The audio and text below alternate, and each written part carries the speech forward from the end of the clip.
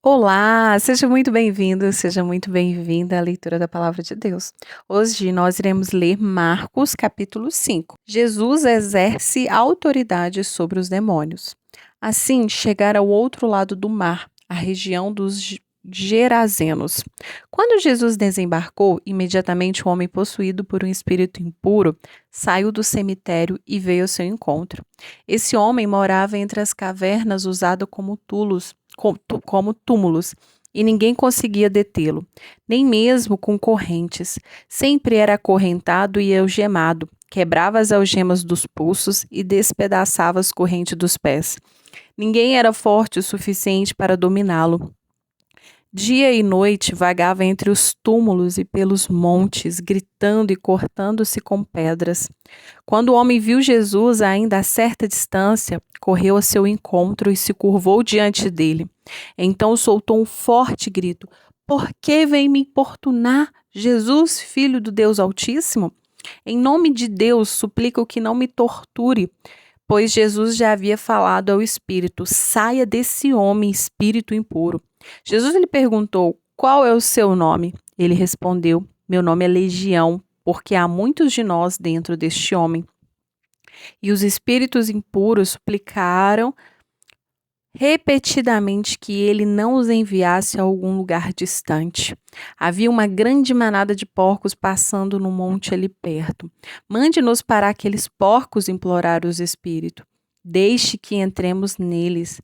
Jesus lhes deu permissão. Os espíritos impuros saíram do homem e entraram nos porcos, e toda a manada, cerca de 2.000 porcos, se atirou pela encosta íngreme do monte para dentro do mar e se afogou. Os que cuidavam dos porcos fugiram para uma cidade próxima e para seus arredores, espalhando a notícia.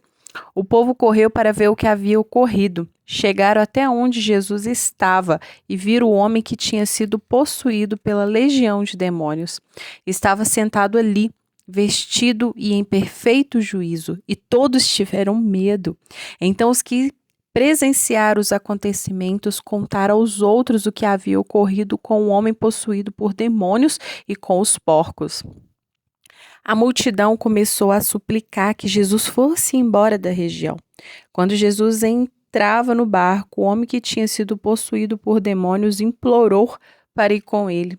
Jesus, porém, não permitiu e disse: volte para sua casa e para sua família e conte-lhes tudo o que o Senhor fez por você e como ele foi misericordioso.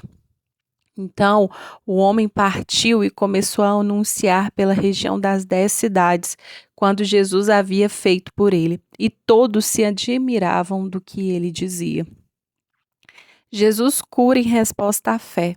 Jesus entrou novamente no barco e voltou para o outro lado do mar, onde uma grande multidão se juntou ao seu redor na praia. Então chegou um dos líderes da sinagoga local, chamado Jairo. Quando viu Jairo, prostou-se a seus pés e suplicou repetidas vezes: minha filhinha está morrendo, por favor, venha e ponha as mãos sobre ela, cure-a para que ela viva. Jesus foi com ele e todo o povo o seguiu, apertando-se ao seu redor.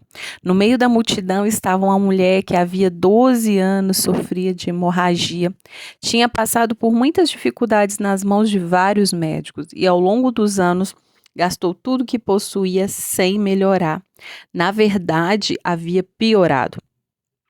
Tendo ouvido falar de Jesus, aproximou por trás dele no meio da multidão e tocou em seu manto, pois pensava: se eu apenas tocar em seu manto, serei curada. No mesmo instante, a hemorragia parou e ela sentiu em seu corpo que tinha sido curada da enfermidade. Jesus imediatamente percebeu que dele havia saído poder, por isso virou-se para a multidão e perguntou: quem tocou em meu manto?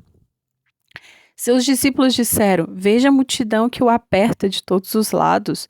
Como o Senhor ainda pergunta: quem tocou em mim? Jesus, porém, continuou a olhar ao redor para ver quem havia feito aquilo.